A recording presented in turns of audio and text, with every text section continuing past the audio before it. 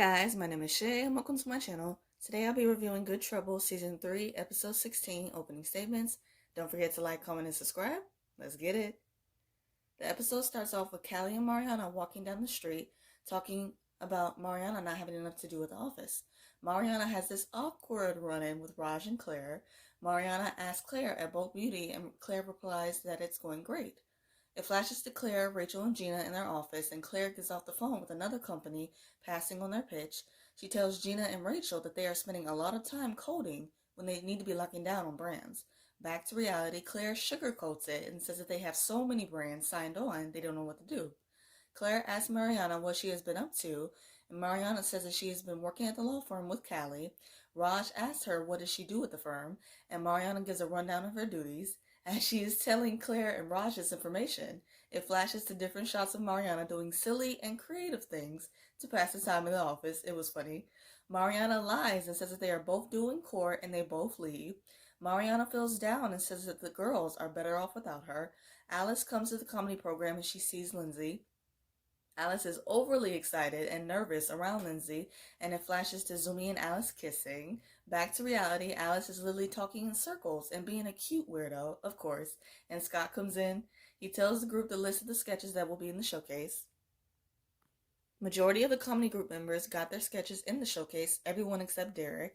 Malika is telling Imani how she wants to expand her mini campaign and make it bigger.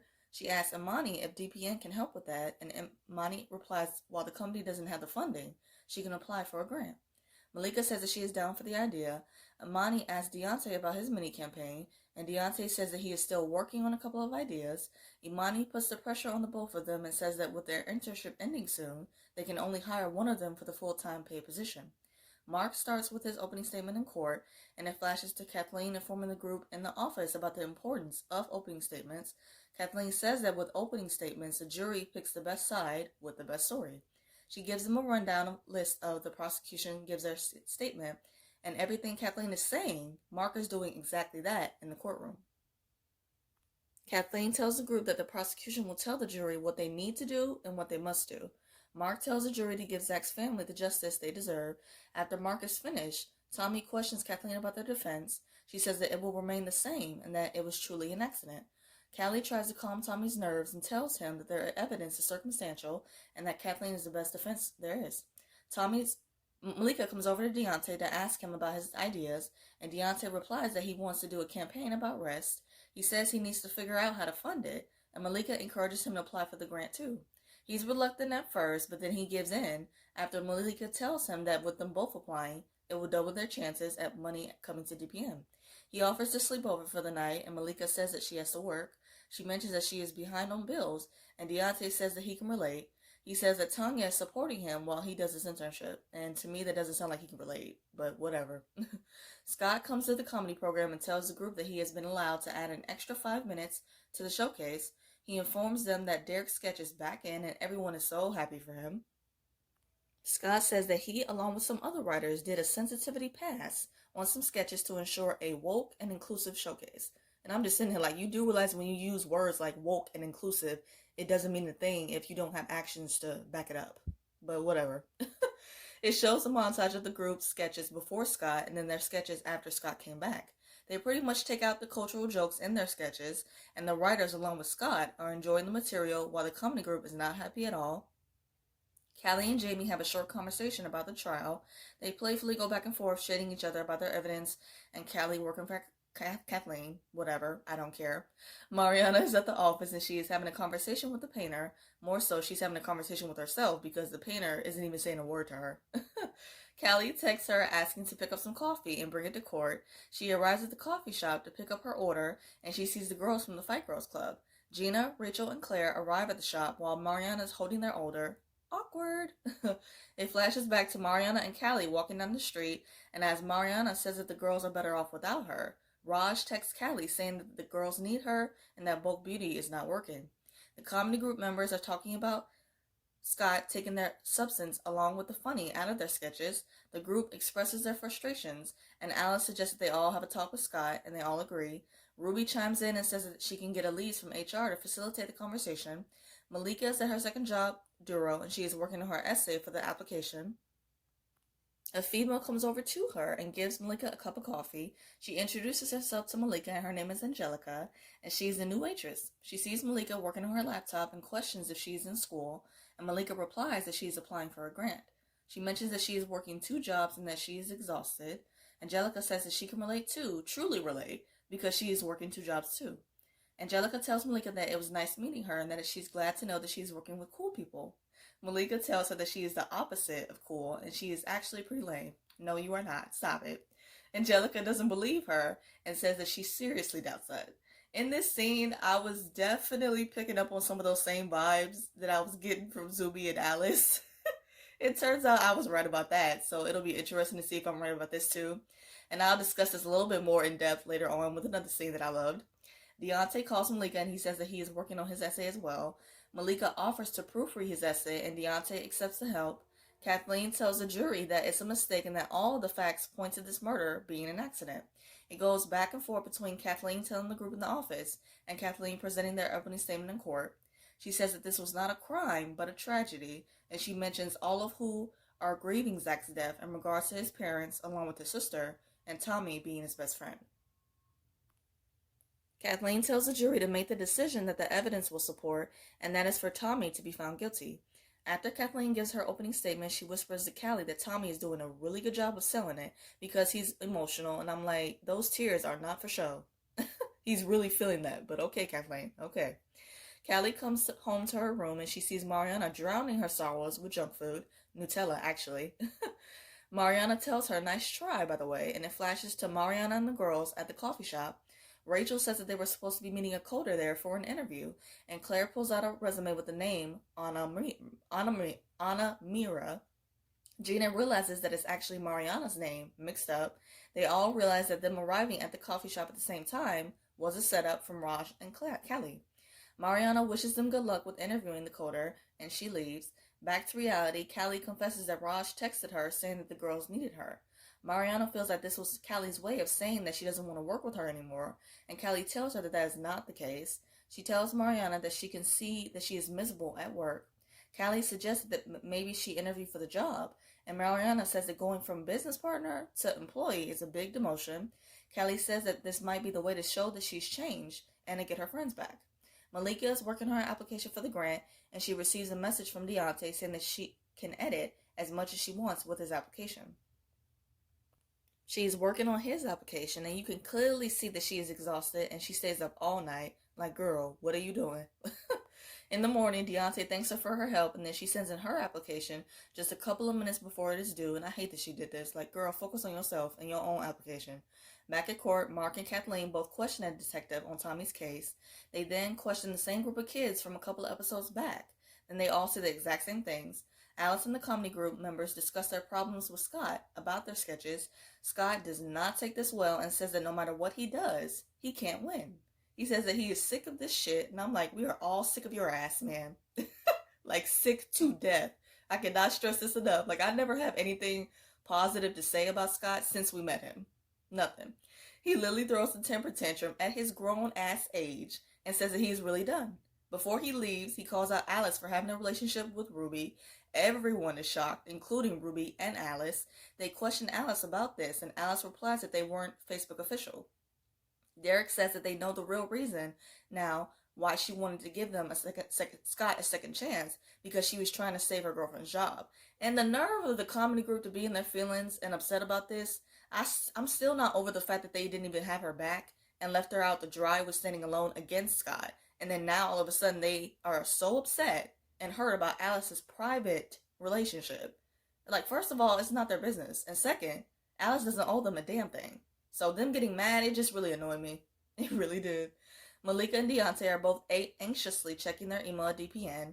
Deontay sees an email about the grant first, and he immediately clicks on it, and turns out he was approved for it. Deontay is ecstatic, and Malika says that she is happy for him, even though you could see it all over her face that she is disappointed. Back at court, Mark calls another one of the kids Christian, and as he is walking to the stand, he looks over in Callie's direction, and he smiles at her, and Kathleen peeps it. Jamie questions Christian if he had been drinking or smoking weed the night of the party, and Christian replies that he doesn't do that stuff. Kathleen informs Callie that Christian likes her, and to get him to say that he might be wrong. Callie questions Christian how close he was with Tommy and Zach. She asks him if maybe he couldn't really tell if they were fighting or not, and Christian says that he has a video of them from the party that night. Everyone is surprised except Mark because he knew about this beforehand, just a snake. Mark and Kathleen have a sidebar with the judge, and the judge says that he will clear the courtroom so they can see what is exactly on this video before the jury does. Alice comes back to the coterie and she confronts Lindsay while they are having a conversation with Zumi. She questions Lindsay if they told Scott about her relationship with Ruby, and Lindsay replies, what motive would she have for doing that? Lindsay says that the talk with Scott derailed the comedy program, and this thing Zumi and Alice got going on derailed the relationship. Yikes.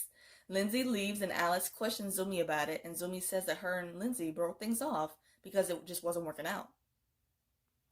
Zumi mentions their kiss and that maybe they should talk about it before Alice can say anything. Ruby comes over at just the right time, asking Alice to speak in private, and you could just see it on Zumi's face that she was just a little bit hurt and just nervous, and I'm like, oh. They go to her room and Ruby informs Alice that she has been asked to resign.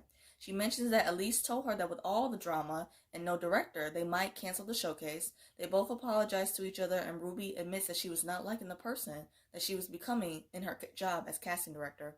She sincerely apologizes again to Alice for not having her back the entire time and hopes that she can forgive her. She also hopes that Alice will be open to giving her a second chance at a relationship. They are watching the video Christian took in private, and Tommy and Zach are fighting, and then they pause the video. The judge decides to rule tomorrow unless the defense know that he is inclined to let this into the case. Kathleen tells Tony and Callie that while she promised the jury it was horseplay with Tommy and Zach, if the video gets wind, they will lose all credibility in the case, and I'm sure they will. After court, Callie confronts Jamie about if he knew about the blind side of releasing that video in court. Jamie says that he truly didn't know about the video and tells Callie that she doesn't have anyone to blame but herself for falling into the trap. Callie tells Jamie that with his ethical fluidity, he landed into the right job. Angelica comes over to Malika, letting her know that the flower lady is back at Duro. She questions Malika on what to do, and Malika replies that she doesn't have the heart to ask her to leave. They both agree that the lady has to make a living, but that is super annoying for the customers. They both laugh at this situation as being awkward for the customers and not knowing whether they should or shouldn't buy a rose on the first date, and they have this really cute moment for a minute, and I loved it. Angelica asks Malika about the grant, and she tells her that she didn't get it, and Angelica apologizes. Angelica goes to tend to a customer, and Deontay visits Malika at the bar. Deontay says that maybe they shouldn't apply for any more of the same grants, and Malika says that maybe he should just write his own essay next time. And she admits that she is mad, and that she didn't get the grant, and that he has the luxury of having his bills paid while she is struggling working 2 jobs. And Malika, girl, you do not have the right to be mad at all because you literally offered to help him. He didn't force you to do anything. Like, that was a stupid move on your part, sis. Because you really should have been focusing on your own essay. Instead, you were focusing on his. Like, never put a man's wants, needs, goals, etc. above your own. Like, focus on yourself and make the best decisions that will benefit your life. Thank you for coming to my TED Talk. She mentions that she is exhausted, and Deontay offers to come to her place to give her a massage until she falls asleep. Malika agrees, and Angelica comes over to Malika to give her a rose. Malika tells her that she gave into the peer pressure, and Angelica says that she didn't, and that she was just trying to cheer her up. And clearly it worked, because my girl Malika has the biggest smile on her face, and so does Angelica after she gives it to her. That rose literally made her night, and it was so sweet and cute and all the above. Malika thanks her for the rose, and Angelica leaves. The funniest thing, though, about this scene for me was Deontay's face after Angelica gave Malika the rose. He immediately peeps the chemistry between them, and he just had this look on his face, and they had me dying laughing. If he could easily pick up on the chemistry and vibes between them, then everyone else can too. And we just met Angelica in this episode, and I'm already loving her character. And then her dimples, they're too cute, like the beauty. Mariana comes to the girls' office and then tells them that she wants to interview for the coder position. Gina says that she is overqualified for the position, and Mariana replies that she doesn't mind taking a demotion and a cut in pay if that means she can work with the brand and people that she believes in.